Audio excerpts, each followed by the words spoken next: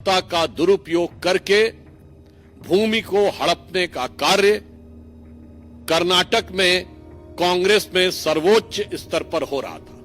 उनके पूर्व राष्ट्रीय अध्यक्ष हों, वर्तमान राष्ट्रीय अध्यक्ष हों और चिरयुवा नेता हों या बुजुर्ग नेता हों, सब एक दृष्टि में समान हैं कि गरीब की भूमि कैसे हड़पनी है। कि एक वो कांग्रेस पार्टी थी जो महात्मा गांधी के आदर्शों से प्रेरित थी और आचार्य विनोबा भावे जी ने भूदान आंदोलन चलाया था।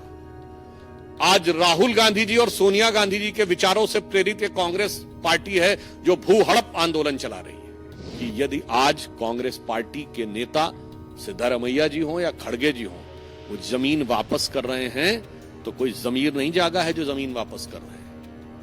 अदालत की कार्रवाई से में होने वाली जलालत से बचने के लिए वो जमीन वापस कर रहे हैं। कि आपकी मोहब्बत की दुकान ये इलीगल प्रॉपर्टी डीलर की दुकान में कैसे तब्दील हो गई मेरे भाई।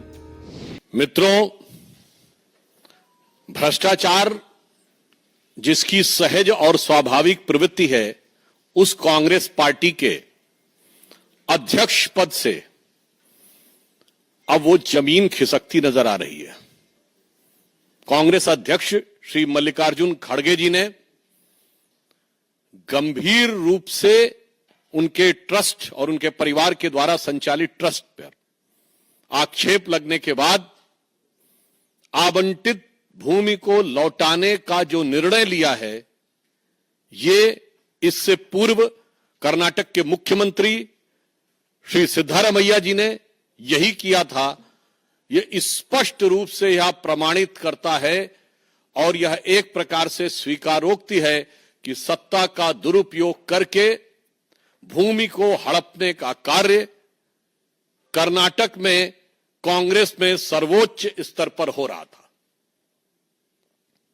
इतना ही नहीं है, मुख्यमंत्री पहले इसमें संलिप्त रह चुके हैं। 2015 में उप मुख्यमंत्री डीके शिवकुमार जी की ऊपर लैंड ग्रैब का केस लग चुका है, जो कि बंगलौर डेवलपमेंट अथॉरिटी के द्वारा 1986 में आवंटित भूमि के समय से चल रहा था।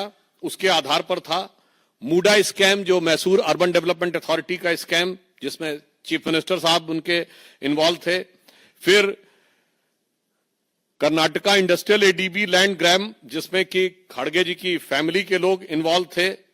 और इतना ही नहीं है, इससे पूर्व कांग्रेस के मुख्यमंत्री रहे कमलनाथ जी का नाम आ चुका है। तो राजस्थान में मुख्यमंत्री रहे अशोक गहलोत जी का नाम बीकानेर के लैंड स्कैम में आ चुका है। तो भूपेश बघेल जी के पास आ चुका है। अर्थात मुख्यमंत्री हो, उप मुख्यमंत्री हो अथवा राष्ट्रीय अध्यक्ष हो। और फिर इतना ही नहीं, आप सबको याद होगा वो नेशनल हेराल्ड केस, जिसमें सोनिया गांधी जी और राहुल गांधी जी के ऊपर आक्षेप है। और यह भी याद करिएगा कि वो केस हमारे जमाने में नहीं शुरू हुआ। अक्टूबर 2013 में दिल्ली हाई कोर्ट के निर्देश पर वो केस दर्ज किया गया था।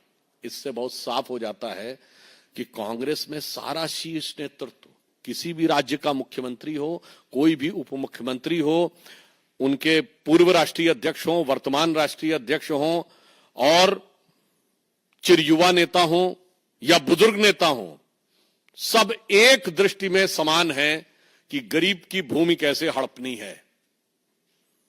सब भ्रष्टाचार में, भूमि हड़पने के आंदोलन में बहुत समान रूप से संलिप्त हैं।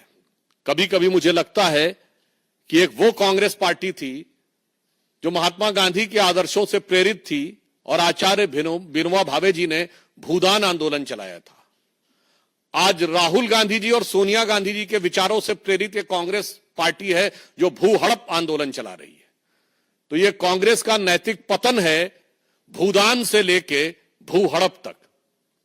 और इतना ही नहीं, आपको ध्यान हो, सर्वोच्च स्तर तक, मतलब आज वहां चीफ मिनिस्टर और राष्ट्रीय अध्यक्ष अगर इन्वॉल्व है। आप कल्पना करिए कि किसी दूसरी पार्टी के या हमारी पार्टी के किसी इस स्तर के नेता पे आरोप लग गया होता तो उसके बाद किस ढंग का वितंडावाद मचाया गया होता।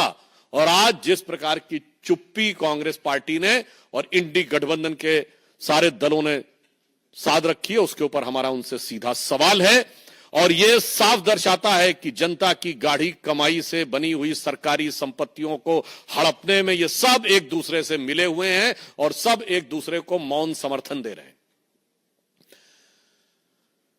नेशनल हेराल्ड केस में आप सबको याद होगा, कभी आपने सुना है कि कोई ऐसी कंपनी जिसमें सैकड़ों करोड़ की, मतलब 2000 से लेकर 3000 करोड़ तक की संपत्ति हो और वो 90 करोड़ की देनदारी में बिक जाए? और वो भी जबकि 3 अखबार उसके थे। आप सब पत्रकार हैं, मैं कहना चाहता हूं 3 अखबार, नेशनल हेराल्ड, हिंदी में नवजीवन और उर्दू में कौमी आवाज। 10 साल इनकी सरकार रही, ज्यादा नहीं, केवल 1-1 करोड़ों का विज्ञापन देते रहते तीनों अखबारों को, तो 10 साल में कर्जा उतर जाता 90 करोड़ का।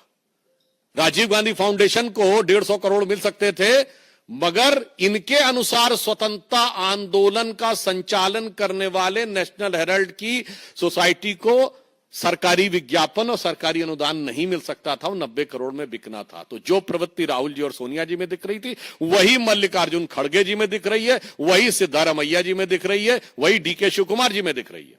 और इस विषय के ऊपर हमारे कर्नाटक की तरफ से भी ये विषय कई बार उठाया गया और ये मामला इतना आसान नहीं है। हमारे मेंबर ऑफ पार्लियामेंट लहर सिंह सुरैया जी ने इस विषय को टेकअप भी किया हुआ है और वहां पर सीएजी ने जो अपनी रिपोर्ट में पॉइंट आउट किया 2017 से, उसमें लिखा है to ask the committee to fix the responsibility for violating the guidelines of the court order and suggest the appropriate course of action against the defaulting officials for the deletion of the land under category A. इसका अर्थ क्या हुआ कि यदि आज Congress party के नेता सिद्धारमैया जी हों या खड़गे जी हों, वो जमीन वापस कर रहे हैं, तो कोई जमीर नहीं जागा है जो जमीन वापस कर रहे हैं। अदालत की कार्रवाई से में होने वाली जलालत से बचने के लिए वो जमीन वापस कर रहे हैं। और मैं राहुल गांधी जी से पूछना चाहता हूं कि आप तो कहते थे कि आपकी मोहब्बत की दुकान है, ऐसा प्रतीत होता है कि ये मोहब्बत की दुकान तो किसी भूमाफिया प्रॉपर्टी डीलर की दुकान नजर आ रही है, जहां दूसरों की प्रॉपर्टी हड़पी जाती है, जनता की प्रॉपर्टी हड़पी जाती है और उसके बाद उसको अपने चहेते लोगों को अनुदान दे दिया जाता है। तो मेरा राहुल गांधी जी से साफ सवाल है कि आपकी मोहब्बत की दुकान ये इलीगल प्रॉपर्टी डीलर की दुकान में कैसे तब्दील हो गई मेरे भाई? अभी तक तो उसमें नफरती सामान मिलते थे, जहर बुझे सामान मिलते थे, अब ये इलीगल प्रॉपर्टी की दुकान भी हो गई। इसलिए हमारा साफ मानना है कि कांग्रेस पार्टी आकंठ भ्रष्टाचार में डूबी है और जमीनों के घोटाले में कुछ ऐसी कांग्रेस को जमीन से लगाव है कि जहां जहां सत्ता में आती है, हरियाणा हो, राजस्थान हो, छत्तीसगढ़ हो, कर्नाटक हो, जमीन के साथ इनका विवाद जरूर जुड़ जाता है। और जिस स्तर तक इनके सभी नेता इसमें आरोपित हैं, तो कोई ये नहीं कह सकता कि ये कोई आइसोलेटेड सिंगल केस है, जिसे एक कहते हैं ना कि एक हो तो समझाइए आके कूपही में यहां भांग पड़ी है, यानी एक कोई हो तो समझाइए, यहां ऐसा लगता कुएं में भांग पड़ी है।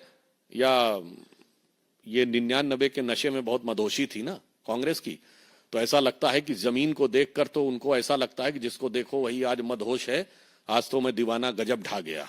तो जब से वो दीवाना बने हैं जो जोश के साथ 99 के खुमार के साथ, तब से वो गजब ढा रहे हैं और जनता पे कितना गजब और कहर ढाया जा रहा है वो हमारा साफ है। इसलिए हम कांग्रेस से सवाल करना चाहते हैं कि आप बताइए कि नैतिकता के आधार पे जिन लोगों ने जमीन वापस कर दी, क्या उन्हें इस्तीफा नहीं देना चाहिए? जब आपने स्वीकार कर लिया कि यह जमीन गलत आवंटित थी और वह भी सीएजी की रिपोर्ट और कई कोर्ट की प्रक्रियाओं के शुरू होने के बाद, राज्यपाल के द्वारा परमिशन मिलने के बाद, तो कांग्रेस अध्यक्ष, कांग्रेस के मुख्यमंत्री और राहुल जी और सोनिया जी से मैं पूछना चाहता हूं कि सिर्फ जमीन वापस करने से काम नहीं चलेगा। ये बताइए कि अगर जमीन वापसी की है तो क्या नैतिक आधार पर आपको इस्तीफा नहीं देना चाहिए? वीके न्यूज, राष्ट्र के नाम।